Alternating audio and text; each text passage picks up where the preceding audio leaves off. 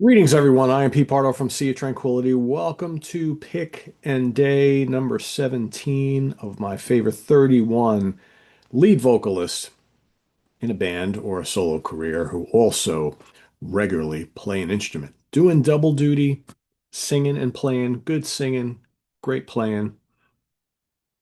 They could be also guitar players in the band, bass players, drummers, keyboard players, glockenspiel player, bagpipe player, flute player, violin player, right? But they also sing and they also play. They contribute mightily to the music of these bands, whether it be live or in the studio or both, usually both, right? So today, for this Sunday, August the 17th, it's a musician and vocalist from Sweden. He's very highly regarded in the metal world, and I guess in the prog world as well, because band kind of does a little bit of both. A fantastic guitar player, both electric and acoustic, and a really great singer. Even when he's doing death growls, he's a really great death growl singer, and his clean melodic vocals are absolutely amazing. Of course, we can only be talking about from Opeth, Mr. Mikael Ackerfeld. Yeah, he's a perfect example of what this month is all about. A fine, fine guitar player. He's an amazing rhythm player, comes up with great riffs, really good lead player. He usually has another guy in the band, like right now, Fred Ackerson has been the lead guitarist in Opeth for a million years. I mean, they both play leads, but Frederick is like, and Michael will probably tell you he's the virtuoso, right? When the shredder in the band. But Michael also a fine lead player, and man, what an acoustic guitar player as well. But he's the guy who comes up with all these intricate lines and riffs and things like that, and just an amazing, amazing guitar player. But how about those vocals, right? Primarily early on known as one of the great death metal singers in metal, right? Through all those early albums. But one of those guys who delivers the death metal growls, and you can pretty much understand everything he's saying. And then he would generally, especially earlier on in their career, he would always incorporate the soft melodic vocal passages as well. And what a voice he's got just to sing normally, right? So the early part of the catalog has that back and forth between the death growls and the melodic vocals. And then, all of a sudden, after Watershed, they decided to ditch the death metal growls and move towards a more prog rock and classic hard rock and psych and folk type of sound. And he just utilized all of his amazing melodic vocal styles, right? And that range that he has. And man, what a singer, right? It wasn't until The Last Will and Testament, their more recent album, where they decided to bring the growls back, and whether that's for good or not, I don't know. We'll see.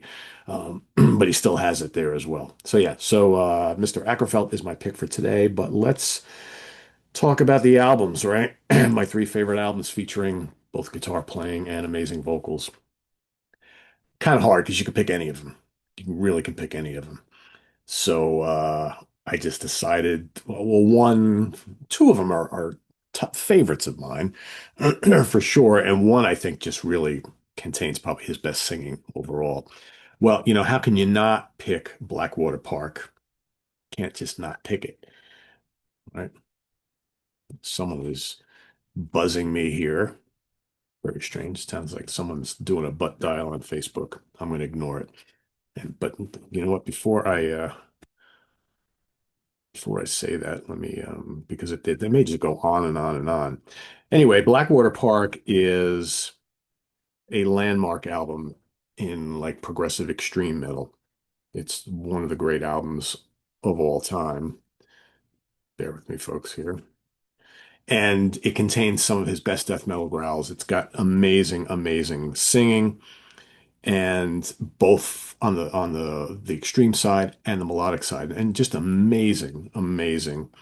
Um, Yeah, it's from the Hudson Valley. I have just so you know. Well, it looks like Karen La Preziosa did this. So Just so you know, this is actually kind of funny. So I have on Facebook, I have all the on Facebook Messenger, I have all these little groups set up for the various shows that we do in the channel. So I have like a Hudson Valley Squares thread where all the folks on HVS, I have one for In the Proxy, one for 4 Fusion Friday, UK Connection Monsters. Then we all have our own little private threads where we communicate about show stuff all the time. So every now and then someone will hit the kind of, because you can make a call through Facebook Messenger, someone will hit the butt dial and everybody will get that sound you just heard. And and meanwhile, it's like 8 something in the morning, and it looks like Karen is the one who did the butt dialing. So then Steve Keeler responds, "Why?" Probably woke his ass up, right? So that's what's just happened. Anyway, I digress. So let's get back to business here. Yeah, now that Karen has woken everybody up in Hudson Valley Squares. Sorry, Karen, we love you. So yeah, so this album is just absolutely terrific, and it contains everything that Michael Lagerfeld does so well. And there's just some legendary tracks on here, right? You got the Leper Affinity is amazing. The Drapery Fall, so good. The title track is epic. You got stuff like Harvest and Bleak. I mean, Dirge for November. It's all just amazing, amazing stuff. I had to pick that one. Second, I wanted to go with an album where I think probably contains his most beautiful, clean melodic vocals. There's some really good guitar work on here, both acoustic and electric, but this is the mellow album, right? So this, of course, is Damnation. But this is wonderful for his clean. At the point when this came out in, God, what year was this? 2003. They released this and Deliverance kind of simultaneously, and Deliverance is the big, heavy, crushing progressive death metal album, and this is the kind of like progressive rock album. So this is the first time an album fully featured just Michael's clean vocals. Gorgeous stuff on here. Window Pane in My Time of Need is like it's just an amazingly beautiful song. You got Closure on here. To the End of Disease. I mean, ending credits, Weakness, all sorts of great stuff on here.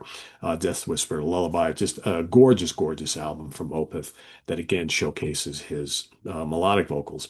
And then I wanted to pick an album that I think just, musically and vocally, I think is a really, really strong album. And it's one of my favorite albums from the band and could be my favorite album post the death metal days, and that is Sorceress from God, what year was this? 2016, right? Yeah, something like that.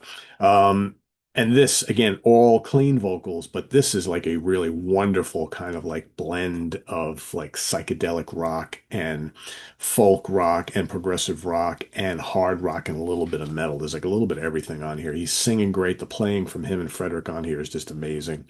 And it's just an enchanting, enchanting album. And to me, it's really stood up as like I said, one of their great albums, like post Watershed. They're all really, really great, but this one just for whatever reason really spoke to me. The title track is just big and heavy and doomy on here. You got Will o' the Wisp is very Jethro Tull-like. Chrysalis is gorgeous.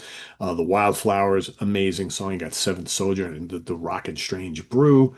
Right, a fleeting glance on here. Eras were very, very cool. Amazing melodies on that one, just so good. Loads of cool keyboards and weaving electric and acoustic guitars. Like I said, it's heavy, it's light, it's melodic, it's just all sorts of stuff. So, yeah, that's my pick for third album. So again, Sorceress, Damnation, and Blackwater Park.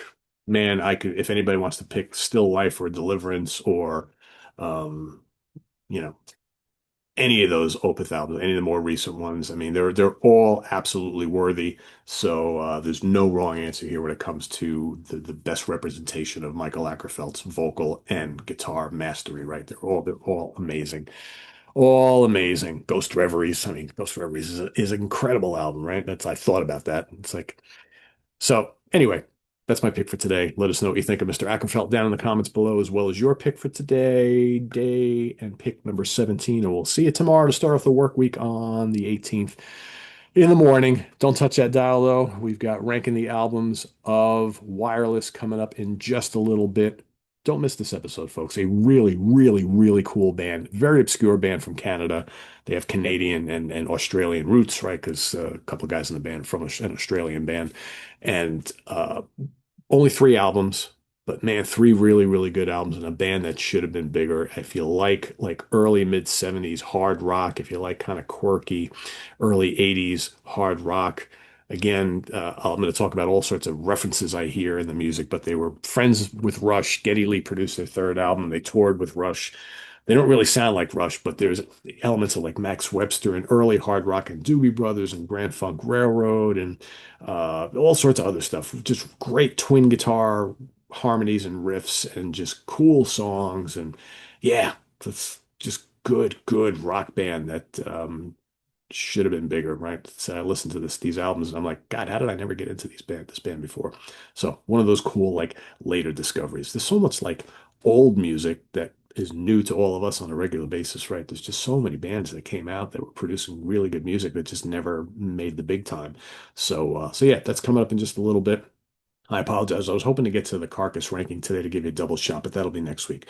So I'll be ranking the albums of the great UK melodic death metal band Carcass. Also, they also did a lot of thrash too as well. So I know we've had a lot of people ask for Carcass, so Carcass is coming up next week.